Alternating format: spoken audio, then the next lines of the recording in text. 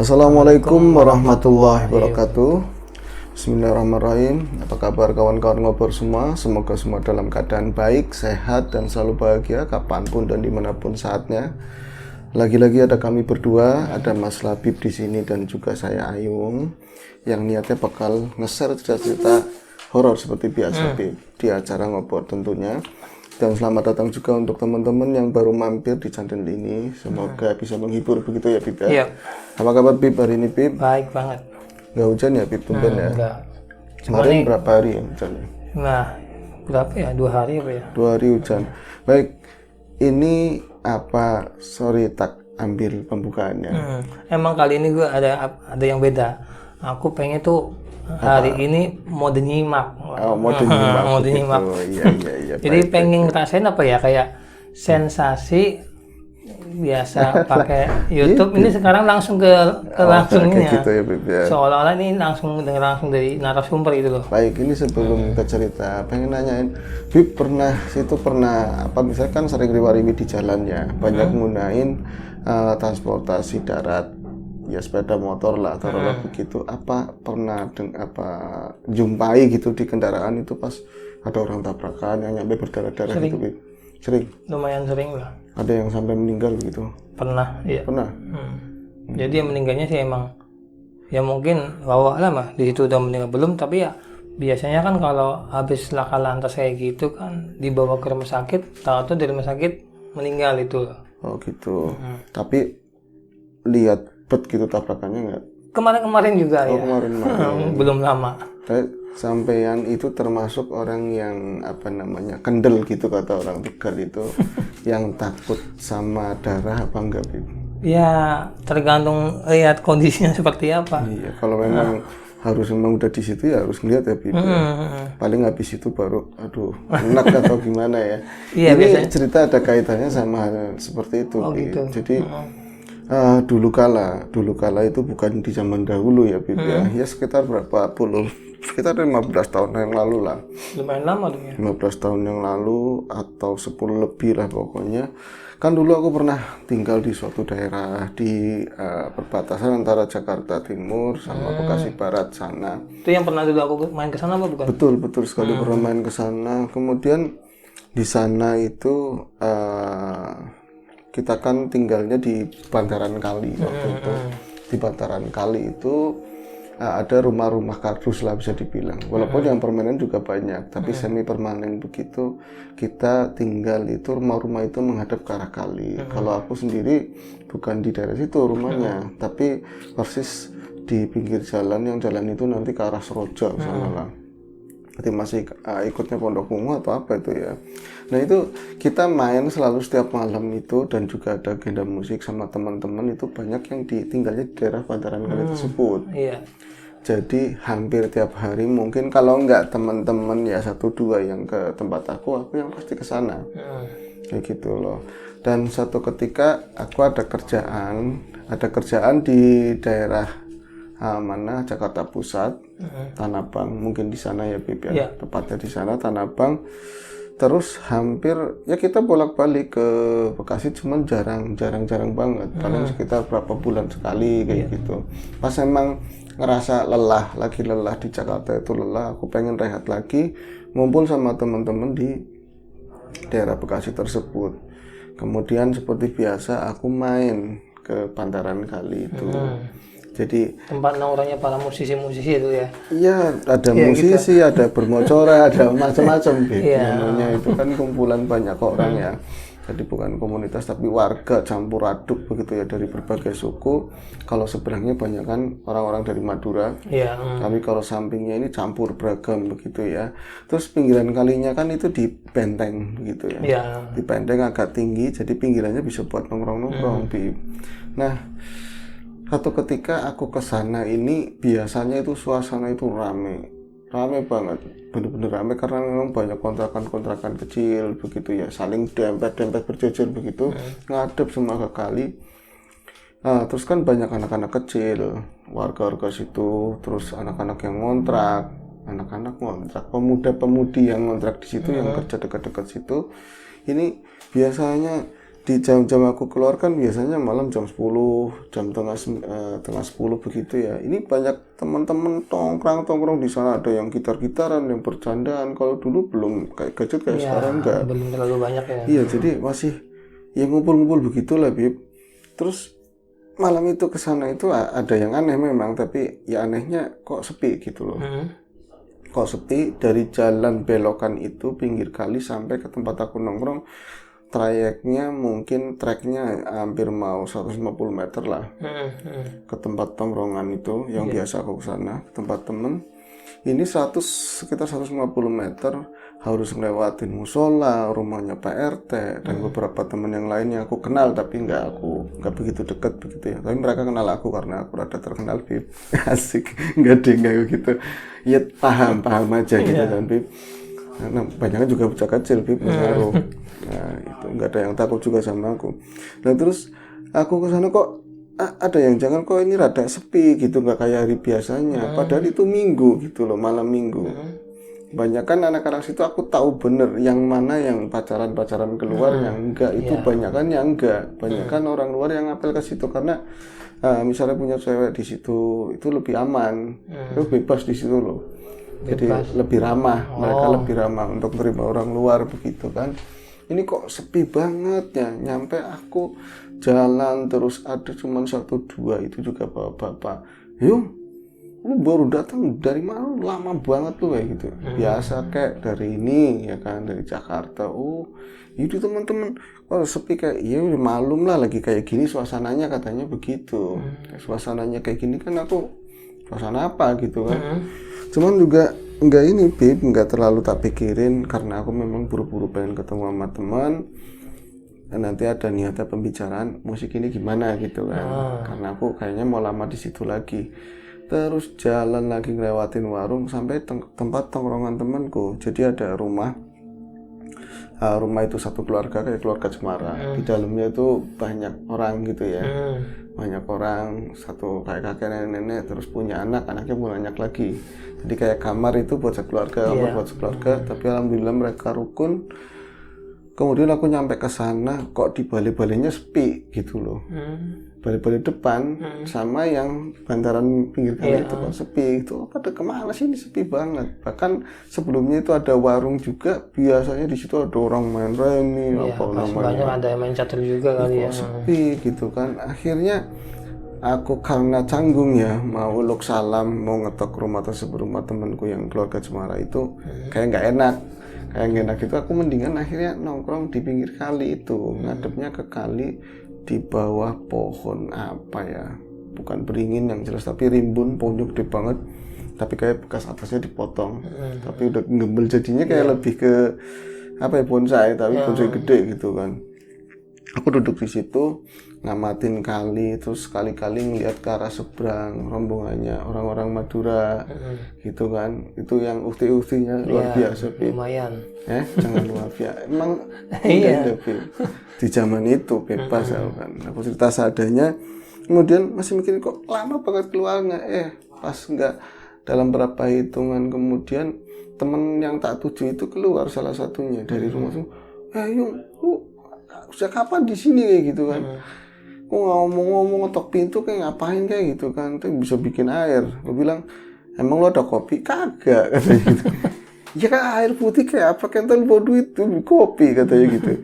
Iya ada ya. Terus tapi udah bentar jangan bikin air dulu. Gue pengen nanyain gitu kan. Aku pengen nanyain kok lingkungan sini kok jadi sepi banget kayak gini gitu ya. Tumben. Gue kan kalau kesini nggak kapan tahun aja kan, nggak kapan hari pasti rame, banyak bocah-bocah lari-larian, anak muda pada nongkrong. Kok ini bisa sepi banget, lagi ada apaan sih? Itu taruhlah namanya Kai gitu ya. Lagi ada apaan sih Kai? Ya lu mah kagak ngerti. Lagi serem banget tau kampung ini sekarang, lagi di sini lagi serem banget. Ada tawuran apa sih itu? Ya, enggak, nanti tak ceritain. Oke. Iya, mau nyimak ya. Oke. Punten. Lagi serem banget tau. Emang ada apaan? Emang kayak denger lu ada berita yang kemarin. Berita apaan? Itu istrinya ini samping RT, ada istrinya tukang sampah. Itu meninggal. Yang mana? Taruhlah namanya Wati ya. si Wati, oh istrinya tukang somai itu, yang orangnya agak gemukan gitu kan, agak gede badannya gitu. Iya, kapan aku innalillahi kapan? Baru mau seminggu ini, belum juga selesai tahlilannya, yung katanya gitu. Nah terus maksudnya apa hubungannya, orang di mana-mana juga ada orang meninggal gitu kan, apalagi udah tetangga deket, udah sering kita ketemu gitu ya, paling kalau emang penakut tapi kok nyampe efeknya sesepi ini kayak gitu, meninggalnya jadi kayak gituan tau, kayak gitu. Meninggalnya katanya jadi kayak gituan. Jadi gitu gimana tuh? Ya kok kayak gituan apaan? Ya banyak yang diliatin. Setelah dia meninggal itu banyak yang ketemu sosoknya dia kayak gitu. Oh iya. Berarti meninggal sakit apa gimana kayak? Kagak sakit nggak apa katanya gitu. Jadi malam itu hari itu kan gini, seminggu yang lalu dia itu kan sebenarnya orang seberang. Ada jalan gede lagi, jalan utama itu tembus dari pinggir kali, nanti ada kita belok ke kanan nyebrang jalan gede. Nyebrang jalan gede itu nanti kampungnya si perempuan tadi yang meninggal. Kalau lakinya, kalau cowoknya itu emang situ asli kayak gitu kan. Nah itu kerjaannya tukang sampah. Kalau istrinya ibu rumah tangga, kadang-kadang juga bantuin suaminya gitu kan. Jadi dia itu sekalian mau balik ke kampungnya dia sendiri, sama itu mau jemput bocah sekolah. Sekolah itu umurnya 7 tahun, enggak, malah 6 tahunan gitu lah, masih TK kayaknya waktu itu. Terus ya kayak gitu, apa dia lagi kena musibah pas dia itu nyebrang jalan gede, hantam sama mobil itu, bis. Kalau nggak salah waktu itu apa ya, iya jemputan atau jemputan karyawan kayak gitu, Oh gitu ada. Jadi saat itu pagi hari, kalau nggak salah pagi hari, terus dia itu nyebrang, katanya sih waktu itu kayaknya sepi, orang tahu-tahu tiba-tiba ada bus nongol gitu aja, kecepatannya. Ceritanya si Kai? Enggak, iya ceritanya si Kai dari orang-orang begitu yang nyaksiin kejadian itu, kayak gitu aja kejadiannya, emang kayak harus begitu jalan patinya begitu ya. Tapi yang tragis kan hampir seluruh badannya tuh nggak bisa dikenalin lagi gitu loh. Jadi bener-bener hancur gitu, kayak pecah semua lah. Kayak apa sih kalau misalnya ya ini kan, jadi kita lebih ini ya, kita potong dulu sebentar sebelum masuk ke cerita lebih dalam. Kita terkadang kan kayak gini, kita ngambil motor, beli gitu ya. Beli motor pengen yang cc-nya gede, ya kan, yang pengen cc-nya gede, yang kenceng, yang apa. Nyatanya kalau kita jatuh bawa motor 40 kilo, 10 kilo jatuh dari lari-larian aja sakitnya kayak apa, ya kan? Karena sedikit aja sakit ya. Iya, apalagi nyampe orang kadang-kadang nggak menyadari bahwa diri kita hanyalah sebuah tulang sama daging belakang gitu loh. Iya kan? Akhirnya pengennya cc-nya gede, ditambah saya biar cepat-cepat. Ya sekali dek, yaudah. Fatal juga ya. Wassalam, bukan fatal lagi. Apalagi tadi kisahnya Mbak Wati almarhumah gitu ya. Dia tanpa sengaja, bukan lagi main motor, lagi ada perlu, moga-moga husnul khotimah ya. Tapi dia dihajar sama ini bus jemputan begitu. Nah setelah itu kan otomatis gempar kan, semuanya gempar, macet total. Terus akhirnya ditolongin sama warga situ, kemudian dirawatin. Nah yang rawatin lebih bener-bener rawatin jenazahnya itu ya ada keluarganya dia ada, tapi lebih ke sini tempat tongkrongan kami gitu loh. Suaminya kan warga situ. Jadi semua orang yang di situ yang kebetulan dari pihak suami, dari pihak suami, tetangga-tetangganya ikut semuanya dalam ya prosesi pemakaman, takziah dan lain-lain, kayak gitu. Dan ini memang tragis banget, jadi duka buat mereka gitu ya. Dan yang kasihan banget kan lihat yang kecil, anaknya gitu kan, anaknya masih antara ibu gitu kan, antara ibu ada sama ibunya nggak ada. Kadang-kadang dia nyadarin kalau ibu nggak ada, nangis. Terus kadang-kadang pengen minta jajan, nyari ibunya kayak gitu kan. Jadi keinget ibunya juga gimana ya. Padahal lagi posisi tahlilan kayak gitu. Nah di balik itu ada kisah yang tadi, jadi dia itu sosoknya sering nongol, sering menghantui warga sekitar. Jadi kesaksiannya aku diceritain sama si temanku itu Kai, kemudian Aku juga nongkrong berikutnya kan hari-hari masih lama kan di situ, dapat cerita lagi dari teman-teman. Akhirnya yang paling valid gitu ya, cerita itu yang paling benar-benar semuanya diceritain jelas banget itu dari seorang tua namanya Mang Udin, taruhlah seperti itu. Aku kayak diangkat anak sama dia, diangkat anak sama dia. Dia itu biasa semua tetek bengek yang ada di urusan bantaran kali itu, yang sifatnya itu kasar-kasar, bantuin ini itu dia. Mang Udin itu, Mang Udin. Iya, Mang Udin itu. Nah, dia juga dekat sama RT. Nah, sampingnya rumah almarhum itu rumahnya RT. Jadi malam itu setelah selesai tahlilan, itu setelah pemakaman malamnya kan tahlilan kayak gitu ya. Jadi warga nggak ngeliat dilihatin sosok kayak gitu, tapi yang bukan warga situ tapi kenal kayak gitu loh. Iya. Jadi kesananya kan ada jembatan dari tadi trek aku yang 150 nanti ke rumahku segini ya, di sebelah sini kanannya. Kesananya tuh udah warga dia masih satu kelurahan tapi kampung lain. Kalau dia mau motong jalan itu lewat ke situ, nanti ke jalan gede bisa. Jadi mereka itu sering diliatin sosoknya dia pas di depan dia kan rumahnya rumah kontrakan, terus depannya pagar, ada pagar besi gitu, kadang-kadang sampai di pagar besi kayak gitu. Jadi Mang Udin waktu itu dia berarti masih sore banget ya, sekitar mungkin jam-jam 8 dia juga mau kerja shift malam, tapi aku itu lagi habis bikin kopi, bener-bener bikin kopi, minta dibikinin kopi, baru mau nyalain rokok, terus kan ada benang bocah habis main layangan, benangnya ngalangin jalan, mau tak benerin begini, tau ada cewek lari nubruk, ketakutan, bener-bener ketakutan, dia tuh nggak bisa nguasain diri, mau tolongin aku. Ya untung kan Bang, ya untung aku dipeluk-peluk kayak gitu, malah melohai lagi kayak gitu. Nah, ini cerita serem bukan cerita gituan. Iya tapi aku disikap katanya kan orang-orang Banten gitu, ngomongnya kita gitu kan. Emang kenapa waktu itu? Jadi dia kenal sama si Wati kan, sama almarhum Wati. Dia itu emang katanya pengennya nggak berangkat, badannya lagi nggak enak kayak gitu kan. Tapi karena memang jam itu memang harus dapat gajian, sayang banget sementara itu kan paling ditunggu-tunggu orang kerja. Akhirnya cewek tadi ya umur sekitar mau 20 tahun lah kayak gitu, dia tuh jalan ke situ, ini kok tumben sepi kayak gitu loh. Emang nggak bisa ada orang meninggal paginya kan, malamnya mungkin masih mencekam gitu kan. Tapi di pagar rumah itu ada perempuan tersebut pakai bajunya daster yang polkadot apa ya, aku masih ingat dia sering makanya ya kembang-kembang warnanya agak merah-merah marun bladus gitu ya, udah lama gitulah. Itu orangnya kan agak gede badannya, rambutnya agak kali-kali itu katanya rambutnya jebrak begitu, rambutnya jebrak, dia itu nunduk di situ di pagar, jadi kayak pegangan begini. Ini pagar nih pegangan begini, seberang pagar ini udah jalan yang ini jalanan kecil, soalnya kali gitu loh, jalanan kecil paling semeter lah lebarnya. Jadi orang lewat itu pas kalau dicawel begini kena sama dia. Pasti lihat banget lah ya. Iya.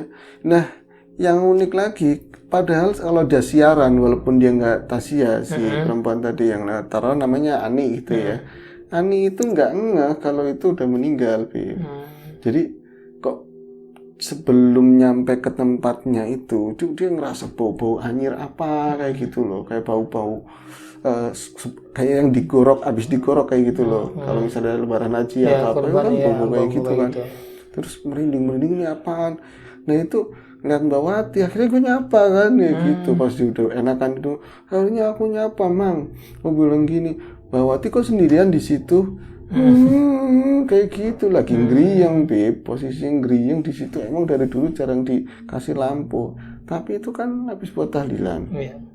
Lampunya ini nggak terang lah, bener-bener nggak terang. Jadi di agak pojok itu lagi ngeriang kayak gitu, lagi ngeriang. Terus loh Mbak kok nangis?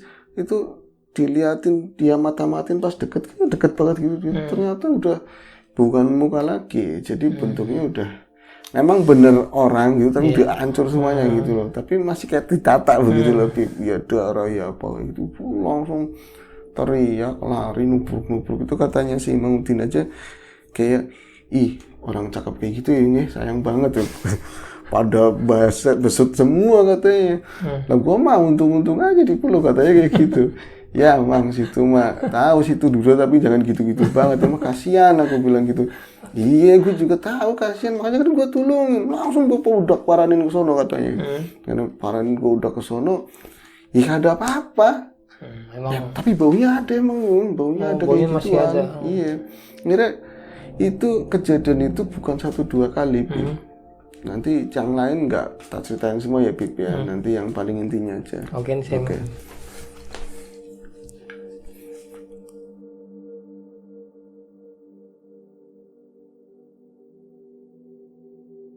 Oke, Mas Yong lanjut.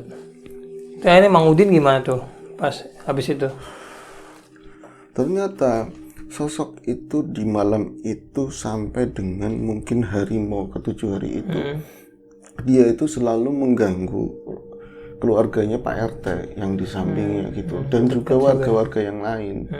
Tapi warga lebih ke apa ya, dia itu misalnya digangguin, diliatin di area sekitar situ, kadang-kadang di jembatan, kan ada jembatan pematang-pematang yang dari papan, terus dari cor-coran gitu kan, banyak Bib jembatannya Bib. Kalau per kali mungkin 50 meter ada jembatan gitu, kalau kan lumayan gede, lumayan lebar. Jadi mereka tuh sering ditemuin sosok kayak gitu, tapi mereka nggak geger gitu loh.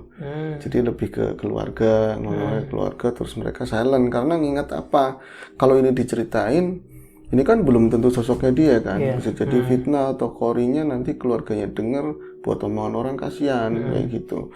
Akhirnya mereka lebih keep silent, terus, nah ini kembali lagi ke ceritanya Mang Udin ya. Jadi sering banget sosok itu tahu-tahu itu di dalam rumah kayak gitu loh. Itu masih apa? Di rumahnya Pak RT, itu kan rumahnya rapet banget begini, nempel, jadi catnya hijau. Waktu Pak RT kalau ini lebih ke krem gitu kan, itu nempel rumah itu kadang-kadang sering di dalam, terus ngomong. Kalau ini ada bau anyir kayak gitu, terus ngomong. Jadi misalnya Bu RT itu kan suaminya kadang shift malam, anaknya juga kadang pas shift malam, dia sendirian kayak gitu. Tuh dapat sinyalnya itu bau anyir, kadang busuk dulu, busuk pertama anyir terus nanti busuk, nanti ada suara ngeriang Bib, kayak gitu. Terus apa ini apaan sih, itu kan orang Betawi sih, apaan sih, gue kayaknya kayak gak nonton TV mati, kayaknya gue. Dia bangun, nilikin ke depan, nengokin ke depan, kadang ke belakang, siapa sih, apa di depan bocah mainan ini, apa kan radio kayak apa Walkman gitu, apalah waktu itu kan, zaman itu aku lupa. Yang jelas dia duduk lagi, ngeriang lagi, Bu, tolongin saya Bu, ngomong kayak gitu. Perih Bu, perih katanya, perih Bib, katanya perih, sakit Bu, tolongin aku Bu, ngomong gentak-gentak kayak gitu Bib. Jadi kalau udah kayak gitu, Bu RT teriak kayak gitu kan, larinya ke Mang Udin. Kan Mang Udin ke sono, dia kan lumayan pinter ya, jadi orang tahu hal-hal kayak gitu, tapi bukan praktisi gitu kan, asal dia ngerti kayak gitu doang. Kalau misalnya aku ke sana, diundang ke sana, aku langsung lari ke sono buru-buru. Ya, situ mah iya, Bu RT sendirian, bilang gitu kan. Ya kagak gitu, siapa aja baru gue harus tulungin. Ya kirain, di sana Bu RT paling molek segitu, bilang gitu. Aku aja yang anak muda waktu itu gitu kan. Jalan cangkek, bilang gitu, Pak RT, bininya cakep banget gitu. Situ mah kayak gitu. Bukan kayak gitu, yang dia minta tolong gue ke sono. Pas gue ke sono, ini lagi nangis kan, malu lagi nih, ya kagak, cuman kan, ya lumayan kata dia gitu kan, bisa ngeliat gitu, langsung gue disuguhin, mau bikin apa Mang Udin, kagak usah, emang ada apaan, tadi kan yang merintah sama tetangga gitu kan, tetangga jemput Mang Udin ke sono, emang ada sosok itu Bib, tapi kalau misalnya rumahnya kan nggak namanya pinggiran gitu, nggak lebar terus yang panjang begitu ya, ruangannya banyak, tapi kecil, rumah kecil gitu, kadang di lantai 2.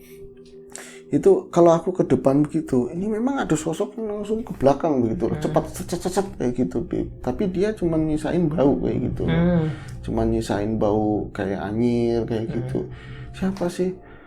siapa kamu lihat apa enggak? Aku enggak lihat Mang, tapi aku feelingnya jelas orang pokoknya kayak gini. Kemarin kan situ juga ada yang ditakut-takutin kan, diliatin, itu pasti matilah, itu pasti itulah. Memang di sini aja. Yang bener di sini aja, nanti aku lupa. Lupa enggak jagain saya. Iya ya, situ kan bukan, nanti aku disangkain yang gimana. Situ tidur di depan. Ya elah, akhirnya situ di depan Mang. Ya kadang-kadang nungguin di depan kayak gitu. Enggak ke situ, enggak ada apa-apa. Nanti tahu-tahu kayak aku di dalam, pintu dibuka karena masih sore. Sambil ngobrol nemenin BRT, ya kan di depan. Ya ngobrolnya enggak deket-deketan gitu, Bib. Dari luar juga orang ngerti, oh ini ada ini kan, udah paham. Tapi ketika ini udah semakin malam, ini keluar teriak lagi Bib di dalam. Jadi memang kayak neror gitu ya? Iya neror, BRT itu teriak-teriak lagi, katanya ada lagi, itu di belakangnya mainin kayak perkakas dapur, lotak kayak gitu. Akhirnya dari kejadian per kejadian, aku nggak bisa ceritain panjang banget karena banyak yang ini kan, yang dikasih lihat sosok itu, ini belum tentu dia ya kan. Terus akhirnya Mang Udin ngusulin ke Bu RT, itu harus kita ngadain ritual aja kayak gitu. Sekalian aja dipanggil sosok tersebut kayak gitu. Karena memang yang paling intens area itu di sekitar rumahnya dan paling ini di Bu RT. Karena Bu RT itu ada ngeliat, kadang-kadang bisa ngeliat kayak gituan. Kata Bu RT mungkin ada ketarik atau gimana ya. Jadi akhirnya malam itu disiapin sama Mang Udin sama Pak RT Bu RT, kalau nggak salah Pak RT Bu RT juga diikut, terus ada beberapa orang yang paham kayak gitu kan. Tapi yang maju di depan itu Mang Udin sendiri. Disediain Bib, kopi manis, kopi pahit, terus pokoknya wedangan komplit, semuanya pakai gelas gede. Akhirnya dikasih lilin, depannya dikasih lilin. Ini kata Mang Udin ya, ini bukan praktek yang harus tiru sama teman-teman Bib. Cuman ini cerita dari Mang Udin. Akhirnya kita duduk di sebuah kamar di situ tuh, ruangan bukan kamar. Akhirnya aku ngomong, Wat, lu kalau memang mau gangguin salah orang lu Wat, digituin. Tapi kalau lu mau nampakin, lu keluar sekarang tuh ada wedangan mau diminum yang mana aja lu ambil semua tuh sama lu, kata Mang Udin kayak gitu. Ini langsung kayak lampu itu redet kayak gitu loh, karena bahasa itu kan energi ya. Jadi energi di situ kayak gitu ya. Ada kayak memati lampu nggak jadi kayak gitu. Itu langsung gue juga ngomong langsung semua tuh merinding semua. Tapi Mang sampean berani Pak, aku yasinnya merinding kayak gitu kan. Tapi malu tengsin katanya. Lah itu ritual kayak gitu kata siapa? Ya kata orang dulu, orang kuna katanya. Situ pernah, ya enggak lah ini mah demi tugas katanya. Ya lu dapat lumayanan nih ya, aku bilang kayak gitu. Ya udah sosokan aja katanya. Akhirnya, tapi emang dia nggak takut sama gituan Bib. Akhirnya apa? Selang berapa hitungan itu semakin mencekam, yang dilalai di depan itu kan ada jalan kecil biar wari-wari udah sepi semua Bib. Nah setelah itu ini ada suara kletak kayak gitu, kayak ada sesuatu yang jatuh di belakang. Terus kayak kata Mang Udin sih lihat, tapi yang lain gitu loh, cerita yang lain tuh kayak sosok itu saat ada di situ loh, tapi nggak jelas tempatnya di mana, pindah kayak gitu Bib. Itu udah minum tuh, kamu minum aus tuh, minum milih itu gelas itu miring sendiri Bib. Jadi misalnya dari kopi dulu, kopi itu miring, dia posisinya kan tegak begini ya, tegak begini. Dia itu kan ada gelas-gelas lain tapi emang dikasih antara, ya sekitar satu inilah ya, dua ruas begitu, dia miring begini, kayak gitu. Itu bisa kayak gitu katanya. Nah ini yang dari yang penuh itu jadi berkurang. Itu emang ini apa tumpah apa gimana? Agak emang dia kagak ikut-ikutan di itu ya. Enggak, jadi dia miring begini, miring begini terus habis sedikit. Bisa kayak diminum, benar-benar kayak diminum. Asli, kalau misalnya Bang Sogi itu biasanya minum di bau-baunya doang kan. Yang jelas ini tingkat tinggi gitu kan. Sesuatu yang nyamar jadi ini mungkin gitu kan. Akhirnya ada lagi dia milih teh manis kayak gitu, miring lagi Bib. Katanya beberapa gelas yang dia pilih termasuk kopi pahit. Rokok Mang. Agak lah orang itu perempuan nggak gua kasih taruh rokok, nggak dikasih taruh rokok. Nah terus itu habis minum-minum gituan ini lilin langsung goyang, juk. Emang sengaja di ruang itu dimatiin, Bib. Jadi lilin langsung goyang kencang begitu. Akhirnya karena gue tahu yang dia udah di depan gue, akhirnya gue ngomong. Sorry ya, aku nggak pakai bahasa Tegal kali ini. Ya, akhirnya gue ngomong, lu udah datang ke sini, gue tahu lu di depan gue katanya. Tapi kalau misal ini gue nggak nampak bener nih kayak gitu. Pedang lawaknya, Bib, katanya nggak nampak bener. Maksudnya gimana, Mang? Nggak jelas katanya kayak gitu. Biasanya jelas, enggak, susah. Akhirnya akhirnya dia itu si Mang Udin kayak dia punya pegangan dari leluhurnya dia gitu, mau ngeluarin sosok itu. Dia mau nyerang duluan kata Mang Udin, tapi nggak dijelasin nyerangnya versi apa. Akhirnya ditameng begitu, dilawan balik, sosok itu lari ke belakang, Bib. Sosok itu lari ke belakang, otomatis apa? Yang lain kan ditinggal Mang Udin pusing kan, pada ikut lari ke belakang ikutin Mang Udin. Jadi yang aku lihat dia itu ke belakang, lari ke belakang, yang bayangan itu ke belakang. Jadi komplit. Kalau misalnya dia waktu tabrakannya posisinya kayak gitu, dia pakainya dasternya sama persis, modelnya kayak gitu semua. Pakainya dipakai dan iya, tapi bawaannya luar biasa banget. Ini lari ke belakang itu nggak jauh, paling 5 meteran, itu dapur, ada wastafel dan lain-lain. Pas aku nengok, buset katanya, gua yang nggak takut dah sama kayak gituan. Kaget bukannya takut, tapi takut sih katanya gitu. Gimana, Mang? Ya nggak umum, dia nongkrong di atas wastafel. Jadi begitu kayak gini, Bib, sambil medet kayak gitu, ngeledekin Mang Udin. Asli, ngeledekin Mang Udin itu diledekin bener-bener. Aku nggak tahu ya, cerita ini aku yang jelas pernah cerita sama Mas Riam. Ini pernah dibawain di Laba Horor atau enggak di versi lama gitu ya. Tapi pas dia jalan ke Bekasi, aku pernah cerita ini. Ini versinya aku. Ya kan. Ini pernah aku cerita ini ke Mas Riam. Mungkin itu dibawain Laba Horor atau enggak. Aku enggak nge-record, enggak mantau. Tapi ini versinya aku yang dari Pak Udin langsung. Itu dia itu di atas wastafel, jadi begini posisinya kayak gini lah. Di netek-netekin Mang Udin ya nggak takut kayak gitu loh. Terus saya Mang Udin gimana? Iya, ketakutan akhirnya. Tapi ketawa kalau dia berusaha nguasain diri. Mang, ada apaan, Mang? Yang lain belakang nggak ngeliat, cuman buat itu doang ngeliat. Itu udah nangis kejer di situ. Bukan nangis sih, tapi histeris, tapi nggak bisa keluar gitu omongannya. Akhirnya langsung bangsat tuh. Ini ngomong aslinya si Mang Udin ya. Anjing lu bang, kalau lu berani lu keluar sini gitu. Itu ditarik lagi, kayak aku tak tahu begini gitu ya. Kayak tak dudukin, tapi ya versinya goib itu ada di ruangan yang kayak tadi lagi. Minumin, habisin lu, bahasa digituin. Lu kagak mikir katanya, lu siapa? Orang sini baik semua sama lu. Ya kan, lu meninggal, lu mati, hancur. Siapa orang kayak bangkainya tikus kayak gitu, lu bangkai manusia dirawatin sama orang sini. Ya kan, yang nadilin orang sini, yang rawatin orang sini. Gila aja lu sekarang nakut-nakutin orang sini. Lu mau nakutin orang seberang keluarga lu digituin, yang gak ada yang ngurusin. Itu nunduk aja kata Mang Udin, digituin. Lagi lu nggak mikir, lu kan punya bocah kecil, digituin. Kalau lu jadi setan kayak gini, terus buat cerita orang, anak lu denger, anak lu nanti, ya sampai kapanpun buat omongan orang, mami lu, ibu lu jadi setan kan harus meninggal. Itu apa lu nggak sedih? Apa lu nggak kasihan? Itu nangis sosoknya, Bib. Wah, ini pendapatnya, apa yang dilihat dari Mang Udin begitu, jadi bukan pendapatku gitu. Dan aku nggak mau berpendapat, itu jangan berpendapat, Bib. Jadi ini versi ceritanya Mang Udin. Sosok itu nangis, tapi dalam tangisan itu rautnya berubah, yang hancur itu kayak rata biasa lagi kayak gitu kan.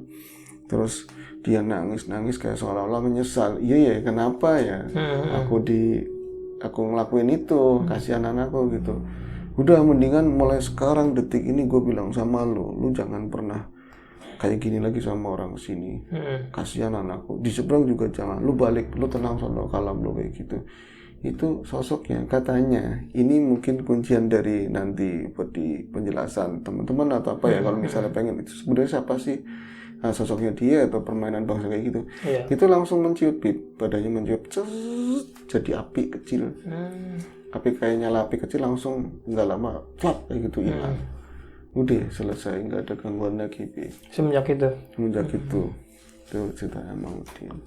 Oke, terusnya udah lumayan panjang juga. Oke, ini langsung tutup aja ya, Bib ya. Oke, masih Oke, baik, teman-teman tadi cerita dari Mang Udin tepatnya sih ya. Ada kayak juga teman aku cerita lama, aku tak bawain kali ini. Semoga cerita ini bisa menghibur buat teman-teman tentunya. Dan apabila ada teman-teman ada banyak kekurangan kita ya, kita mohon maaf sebesar-besarnya. Semua ini memang real ceritanya yang seperti itu. Kita nggak nambah-nambahin atau ngurang-ngurangin. Semoga menghibur. Dan cukup sekian dari kami. Apabila ada teman-teman yang lagi kurang sehat, semoga cepat diberi kesehatan. Amin. Ya Bib ya, yang lagi sakit supaya lebih baikan lagi dan kita bisa tetap menghibur semuanya. Baik, udah ya Bib ya. Oke. Oke, assalamualaikum warahmatullahi wabarakatuh.